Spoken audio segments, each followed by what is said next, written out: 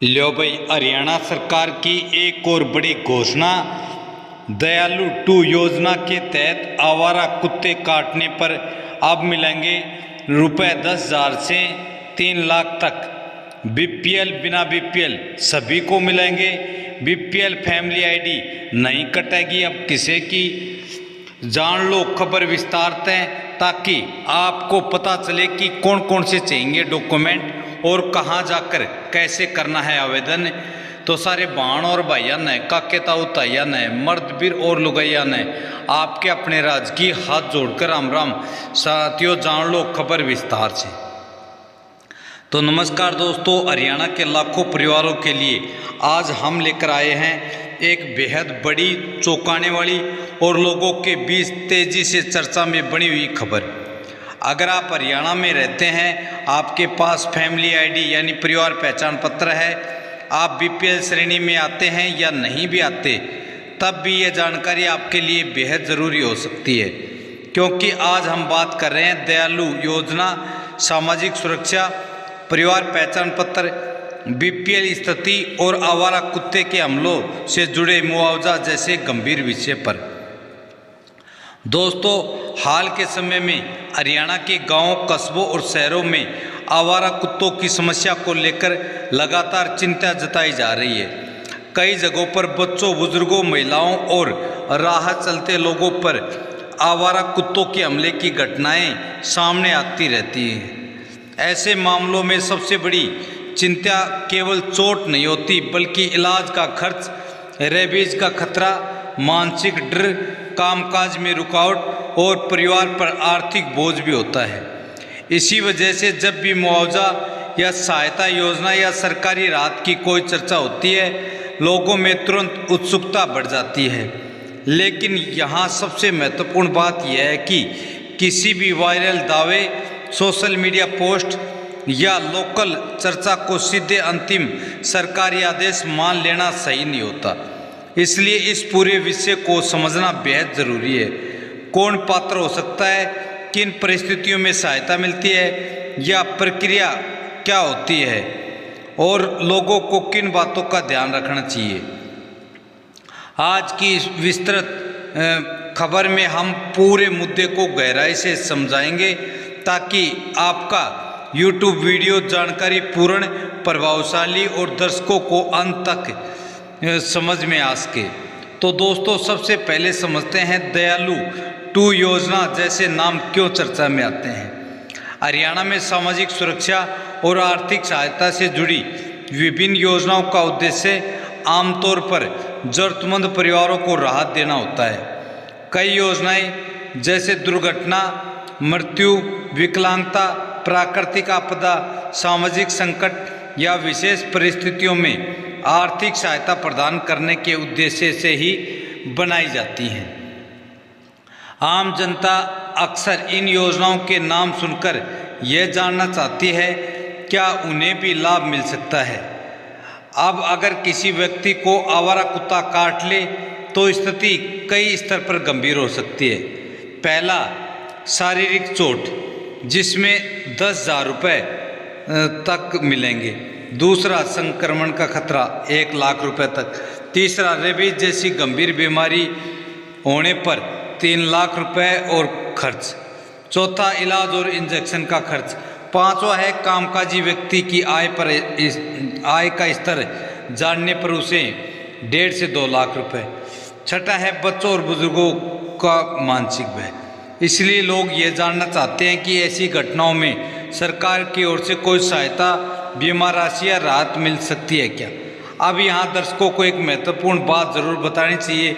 सरकारी योजनाओं में मुआवजा आमतौर पर नियम, अधिसूचना, घटना की प्रकृति, स्थानीय प्रशासन सत्यापन और पात्रता शर्तों पर निर्धारित होता है। इसलिए हम किसी को सीधे इतनी राशि जैसे दावों को हमेशा आधिकारिक स्रोत से जांचना चाहिए।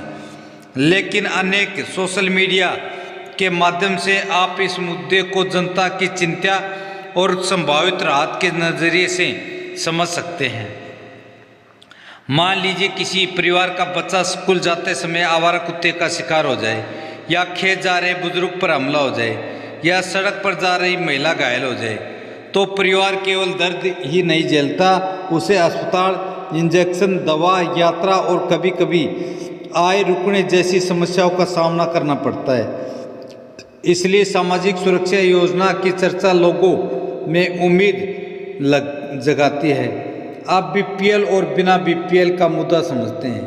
हरियाणा में परिवार पहचान पत्र और आय डेटा कई योजनाओं में महत्वपूर्ण भूमिका निभाते हैं, लेकिन कुछ सामाजिक सुरक्षा या राहत व्यवस्थाएं ऐसी परिस्थितियों पर आधारित हो सकती हैं जहां घटना विशेष ज़्यादा महत्वपूर्ण हो। यही कारण है कि जनता अक्सर पूछती है, क्या लाभ केवल बीपीएल को मिलेगा या सभी को? यहाँ पर सबसे बड़ा भ्रम फैलता है। कई बार लोग मान लेते हैं कि हर योजना सिर्फ बीपीएल के लिए है। कई बार दूसरी और यह दावा फैल जाता है कि सभी को बिना शर्त मिलेगा। वास्तविकता यह होती है कि हर योजना के अलग अलग नियम हो सकते हैं। इसलिए आपके यह वीडियो अंत तक देखना चाहिए। दर्शक किसी भी दावे पर भरोसा करने से पहले आधिकारिक पात्रता नियम जरूर जांच ले। आप फैमिली आईडी यानी PPP की बात। हरियाणा में फैमिली आईडी को कई योजनाओं का प्रमुख आधार माना जाता है। इसलिए परिवार की आय, सदस्य, सामाजिक स्थिति और लाभ पात्रता जुड़ सकती है। इसलिए लोगों में सबसे बड़ा डर यह रहता है कि कहीं कोई अपडेट, आय बदलाव या योजना आवेदन उनके बीपीएल स्टेटस को प्रभावित न कर दे। इसी डर के कारण फैमिली आईडी नहीं कटेगी, बीपीएल सुरक्षित रहेगा, PPP पर असर नहीं होगा जैसे संदेश तेजी से वायरल होते हैं। यहाँ समझना जरूरी है कि PPP स्थिति आमतौर पर डेटा सत्यापन, आय, दस्तावेज और पात्रता नियमों पर आधारित होती है। इसलिए किसी भी योजना का लाभ लेने से पहले यह जानकारी रखना जरूरी है। आवारा कुत्तों की समस्या पर सामाजिक दृष्टिकोण से बात करते हैं। शहरी और ग्रामीण दोनों क्षेत्रों में यह समस्या कई कारणों से बढ़ती है। कचरा प्रबंधन की कमी, नसबंदी, नियंत्रण चुनौतियां, स्थानीय प्रशासन संसाधन, जनसंख्या वृद्धि, खुले भोजन स्रोत। जब समस्या बढ़ती है तो आम जनता सुरक्षा चाहती भी है। ऐसे में केवल मुआवजा ही समाधान नहीं, रोकथाम भी जरूरी है।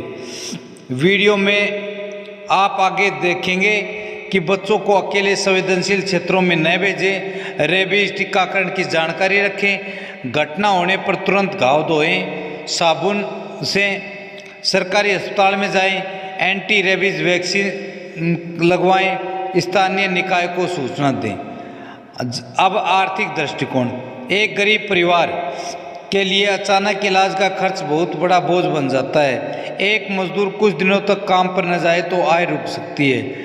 एक बच्चे की गंभीर चोट परिवार को मानसिक और आर्थिक दोनों संकट में डाल सकती है। इसलिए राहत योजना की जानकारी महत्वपूर्ण बनती है। अब आपके वीडियो में भावनात्मक प्रस्तुति। सोचिए, एक गरीब परिवार, पहले से इलाज की चिंता, फिर बच्चों की सुरक्षा, फिर खर्च का बोझ। ऐसे में यदि कोई राहत व्यवस्था हो तो वह परिवार के लिए बड़ी मदद साबित होगी।